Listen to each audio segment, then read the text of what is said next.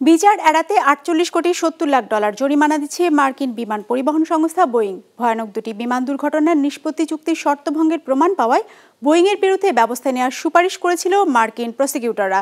শেষ পর্যন্ত দোষ স্বীকার করে জরিমানা দিতে রাজি হয় বোয়িং। ডেস্ক রিপোর্টে বিস্তারিত। 250টিরও বেশি ডিজাইন অপশন নিয়ে ওয়ালটন স্মার্ট ফ্রিজ, বোঝে আপনার প্রয়োজন। 2018 এবং 2019 সালে বড় দুর্ঘটনায় পড়ে বোয়িংয়ের ম্যাক্স 737-এর দুটি বিমান। এতে প্রাণ হারায় 346 যাত্রী।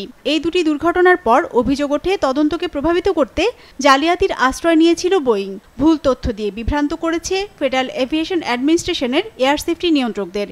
বিষয়টি সামনে এলে সমাধানের প্রতিশ্রুতি দিয়ে 2021 সালে একটি নিষ্পত্তি চুক্তি করে কোম্পানিটি। তবে সে চুক্তিও ভঙ্গ করে বোয়িং।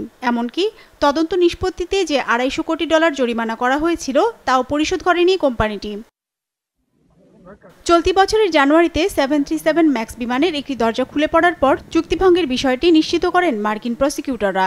গেল মাসে বোয়িংকে বিচারের মুখোমুখি করার পরামর্শ দেন তারা। কয়েক দফা আলোচনার পর বিচার প্রক্রিয়া এড়াতে $48,70,00,000 জরিমানা দিতে রাজি হয়েছে বোয়িং। রাজি হয়েছে দোষ স্বীকার করতেও, যেখানে $2,480 কোটি জরিমানার দাবি ছিল দুর্ঘটনায় নিহত ব্যক্তিদের স্বজনদের। জরিমানার পাশাপাশি এখন থেকে 3 বছর স্বাধীন পর্যবেক্ষকের অধীনে কার্যক্রম পরিচালনা করবে বোয়িং। সেই পর্যবেক্ষকও ঠিক করবে মার্কিন সরকার।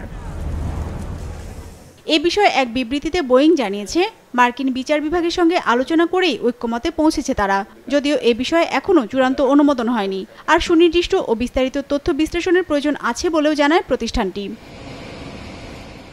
এদিকে বোয়িংয়ের সঙ্গে মার্কিন সরকারের এসব সমঝোতার সিদ্ধান্তে অসন্তোষ জানিয়েছেন নিহতদের স্বজনরা।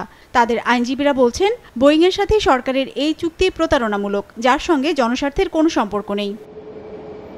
বিজনেস রিপোর্ট, মাছরাঙা টেলিভিশন।